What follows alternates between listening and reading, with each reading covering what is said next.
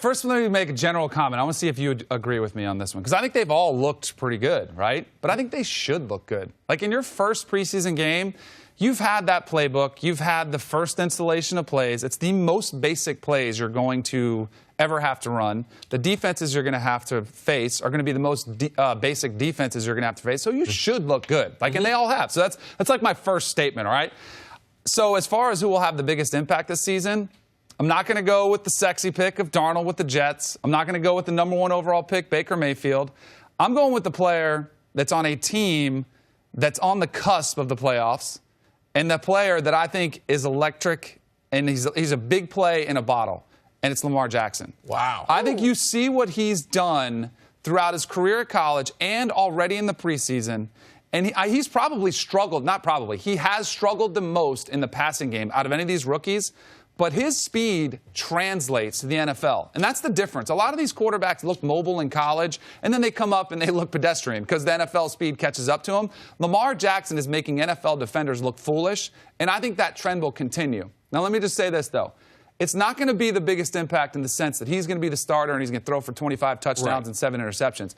He's going to find ways, or the Ravens are going to find ways to get him on the field to create plays where they get the ball in his hands. Sometimes it'll be passing, sometimes it'll be running, but he will have the biggest impact on his team than any player in this rookie class. I understand why you would say that, because week #1, he will have a package where he will not have to concentrate on the totality of on third down. Are they sending 4 week? Do they send a cat blitz? Do they blitz? Once I get to the 50-yard line, is that when they start to blitz me? When do they like to play zone? Like these types of things. He's going to have a package of things, spending time with Ozzie Newsome at the Hall of Fame. They like where he is. They know there are going to be some ups and downs, but they don't look at him as a starter right now. They look at him that he's going to be in a series or two to throw the defense off, and he's going to have a chance to make an impact. The other guys, Danny knows. He can tell you they're going to struggle. Like, they are going to struggle. And the plan that they have for Lamar Jackson, if he takes over being the starter late in the season or next year, it's something that he believes he's capable of doing. And he is right. He is electric, and he is fast on an NFL field compared to these other guys. But for me, Baker Mayfield and what he's going to be able to do, because I believe he has the right mentor. I believe in Tyrod, he's going to be able to play. He's not going to be rushed. All right, so I believe with the weapons they're going to put around him, I believe they will sign Dez Bryant to give him another one, because I'm worried about Sam Darnold. I'm worried about that offensive line. He's going to get hit in the face, and I'm just going to tell you, these guys right here, they respond to a lot of stuff. When getting hit in the face is not something God typically put in their DNA. And we have seen it alter guys' career and how they're going to think. So before he reaches his potential, is he scarred so much? So that's Josh Allen. I don't believe he should be playing. If he's playing, it lets you know that A.J. McCarron and the other quarterbacks, Peterman. they weren't Peterburger, right? Sorry. Yeah. 5 interceptions last time we saw him. Yep. Yeah, I think he just threw another one right now. Guy going the other way. So I think that when you look at the different cases, you make a good case because he'll be packaged in a system where he can succeed and do it on a gradual basis. Lamar's the only quarterback of this rookie class that I feel like we can confidently say, if we just remove injury from all of them, he's the only one that right now we feel like is going to see the field 16 times this year.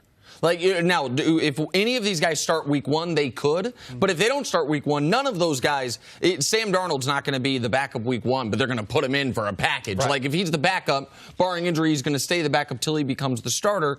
This is really tough because I'm going to throw out Josh Allen because I think he's the biggest project of all of them. Lamar, I think, is a huge project passing, but I get your point.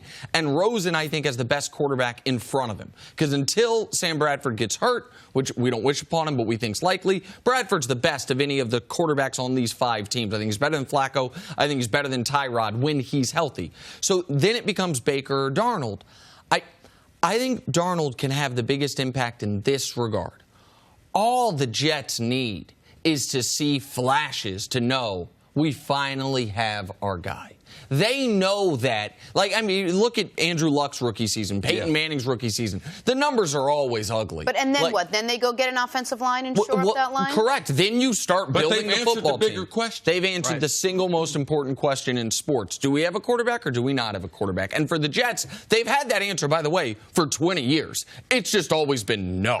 And so, like, aside from a couple Chad Pennington years, one Vinny Testaverde year, like, it's always been no. And so when I say an impact, I don't even know if it's statistically or wins and losses. Just like with the feeling of the locker room, the feeling of the team, of the franchise, of the city of New York, where, oh, we do have 2 football teams here again. Because, like, we've had 2 football teams here in name, but not necessarily in practicality in recent years. But it doesn't mean Sam Darnold has the biggest impact this year. That's good. That's like a 2 or 3 year project. No.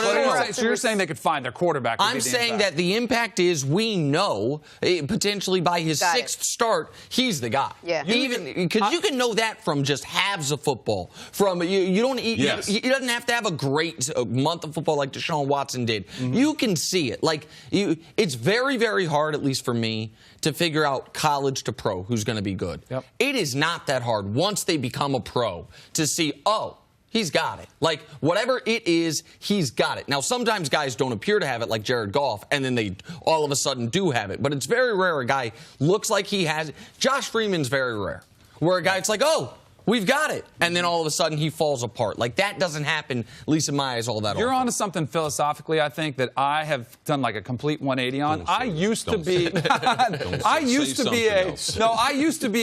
sit 'em, have them have that redshirt year.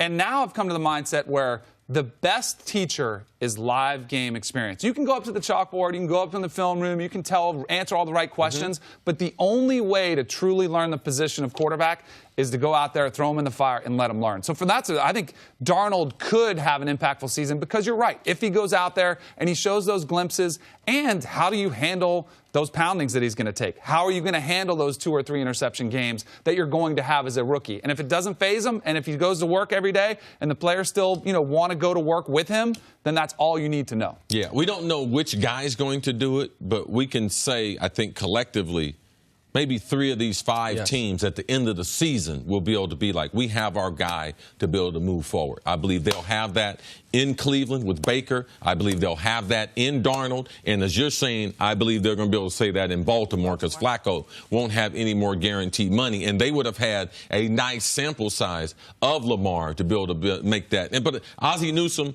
would not trade up back in the first round to make that his last draft pick. Yeah. And to the guy that drafted Jonathan Ogden and Ray Lewis, 2 Hall of Famers in the first draft, Baltimore, I don't think he's going to go out that way. So I'm kind of believing in Lamar's going to put together a highlight reel like we haven't seen from a rookie in a while. He's going to be a pain for D coordinators. Because every week you got to prepare for Flacco, and then you got to stop practice and say, we got to prepare for this package that is anti-Flacco. Yep. Thanks for watching. Subscribe here to get the latest from the show. Also, be sure to check out more of the best clips from First Things First, or go watch a few segments from our other shows on FS1.